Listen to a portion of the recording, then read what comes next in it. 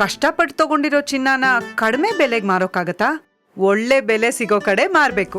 ಇಷ್ಟು ಕಡಿಮೆ ಚಿನ್ನಕ್ಕೆ ಅಧಿಕ ಬೆಲೆ ಕೊಡೋದು ಅಭಯ ಗೋಲ್ಡ್ ಬಯರ್ಸ್ ಮಾತ್ರ. ಈ ಹಿಂದೆಯೂ ಹಲವಾರು ಕಡೆ ಕೆಲವು ಪುಟ್ಟ ಮಕ್ಕಳು ಬೋರ್ವೆಲ್ಗೆ ಬಿದ್ದು ಪ್ರಾಣ ಕಳ್ಕೊಂಡಿದ್ದಾವೆ.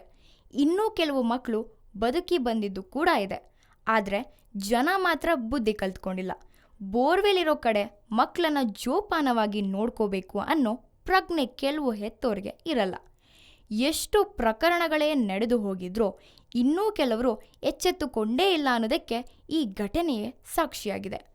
ನಿನ್ನೆ ಸಾಯಂಕಾಲ 5:30ಕ್ಕೆ ವಿಜಯಪುರ ಜಿಲ್ಲೆಯ ಇಂಡಿ ತಾಲೂಕಿನ ಲಚ್ಚಾಣ ಗ್ರಾಮದಲ್ಲಿ ಸತೀಶ್ ಮತ್ತು ಪೂಜಾ ದಂಪತಿಯ 2 ವರ್ಷದ ಸಾತ್ವಿಕ್ ಅನ್ನೋ ಮಗು ಕೇವಲ 1 ದಿನದ ಹಿಂದೆಯಷ್ಟೇ ಕೊರೆಸಲಾಗಿದ್ದ ಕೊಳವೆ ಬಾವಿಗೆ ಬಿದ್ದಿದೆ.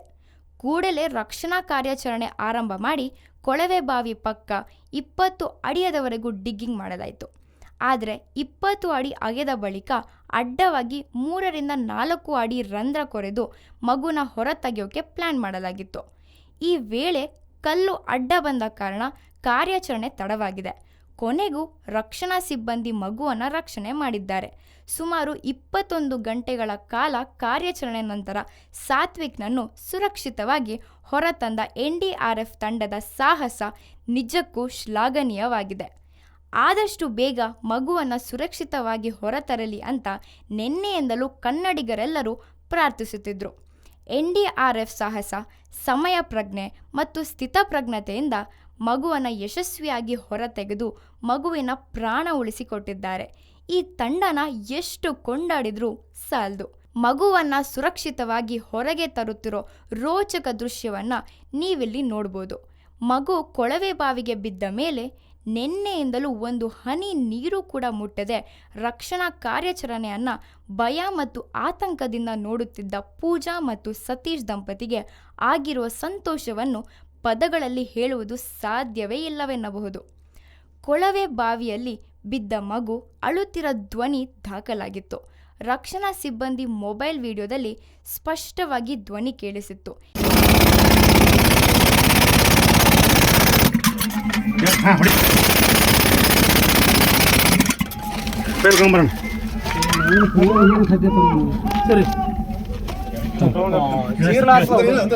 ಇಪ್ಪತ್ತು ಗಂಟೆಗಳಿಂದ ರಕ್ಷಣಾ ಕಾರ್ಯಾಚರಣೆ ನಡೆಸಿ ಮಗುವನ್ನು ಹೊರತೆಗೆದು ಕೂಡಲೇ ಮಗುವಿಗೆ ಹೆಚ್ಚಿನ ಚಿಕಿತ್ಸೆ ಕೊಡಿಸೋಕೆ ಆಂಬ್ಯುಲೆನ್ಸ್ನಲ್ಲಿ ಹಾಸ್ಪಿಟಲ್ಗೆ ಶಿಫ್ಟ್ ಮಾಡಲಾಗಿದೆ. ಮಗು ಹೊರಗೆ ಬಂದ ಸಂದರ್ಭದಲ್ಲಿ ಆಕ್ಟಿವ್ ಆಗಿತ್ತು. ಆದರೆ ಸತತ 20 ಗಂಟೆಗಳಿಂದ ತಲೆ ಕೆಳಗಾಗಿ ಸಣ್ಣ ರಂಧ್ರದಲ್ಲಿ ಸಿಲುಕಿದ್ದ ಕಾರಣ ಮಗುವಿನ ಹೆಲ್ತ್ ಪರಿಶೀಲನೆಗೆ ಡಾಕ್ಟರ್ಸ್ ಸಿದ್ಧತೆ ನಡೆಸಿಕೊಂಡಿದ್ದು, ಸದ್ಯ ಮಗುವಿನ ಆರೋಗ್ಯದ ಬಗ್ಗೆ ಡಾಕ್ಟರ್ಸ್ ಹೆಚ್ಚಿನ ಪರಿಶೀಲನೆ ನಡೆಸಿದ್ದಾರೆ. ಈ ಬಗ್ಗೆ ಹಲವು ಗಣ್ಯರು ಮಗುಗೆ ಶುಭ ಹಾರೈಸಿದ್ದಾರೆ.